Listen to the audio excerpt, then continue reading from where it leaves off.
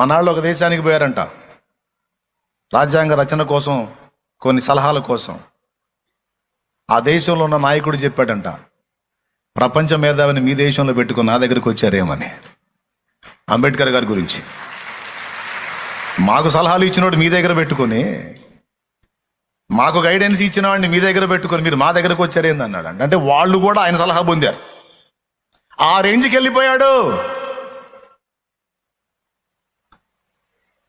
చదువుతున్నాడు, విదేశాల్లో చదువుతున్నాడు.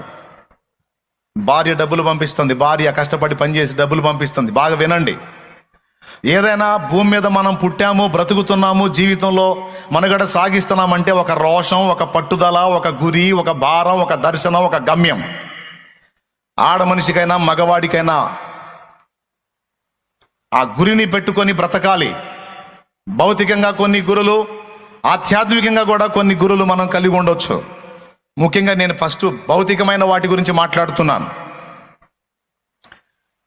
భౌతికమైందంటే ఈ సమాజానికి సంబంధించిన భూ సంబంధమైన దాని గురించి మాట్లాడుతున్నాను. అందుకు ఒక వ్యక్తిని మీకు సాక్ష్యంగా చూపిస్తున్నాను. మీరు చదివినా, ఆయన స్టోరీస్ తెచ్చుకొని చదివినా మీకు ఈ సంగతులు బోధపడతాయి.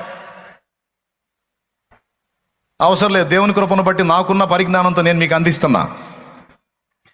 చదివి భార్య ఇక్కడ నుండి పని చేసి ఆయనకు డబ్బులు పంపిస్తే ఆయన దాన్ని బట్టి పెట్టుకొని తిని చదవటం మొదలు పెట్టాడు. కొన్నిసార్లు భార్యకు లెటర్ రాసినప్పుడు భార్య చెప్పింది, ఇక్కడ పరిస్థితులు ఏం బాగలేవు, పిల్లలకు బాగలేదు అని. ఓసారి అవసరమైంది, మనీ పంపించమని రాశాడు. ఆమె ఏం చెప్పిందో తెలుసా? అబ్బాయికి బాగలేదు, ప్రాణాపాయంలో ఉన్నాడు, నువ్వు ఎంతమైతే పంపమన్నావో అంత వాడికి ఖర్చు అవుతుంది, వాడికి ఆ డబ్బులు పెట్టకపోతే వాడు బ్రతకడు, మరి వాడికి పెట్టమంటావా నీకు పంపమంటావా? ఆయన ఏమన్నాడో తెలుసా? పోతే నా బిడ్డ పోతాడు,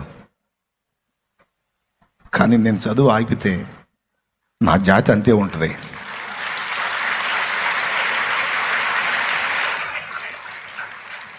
నాకే పంపు, నేను చదవాలి, నేను నా కుటుంబం ఆహుతైనా పర్వాలా, నా జాతిని ఉద్ధరించాలి. ఒక భారం, ఒక దర్శనం, ఏమీ పట్టల ఆయనకి. హృదయంలో ఒక భారం.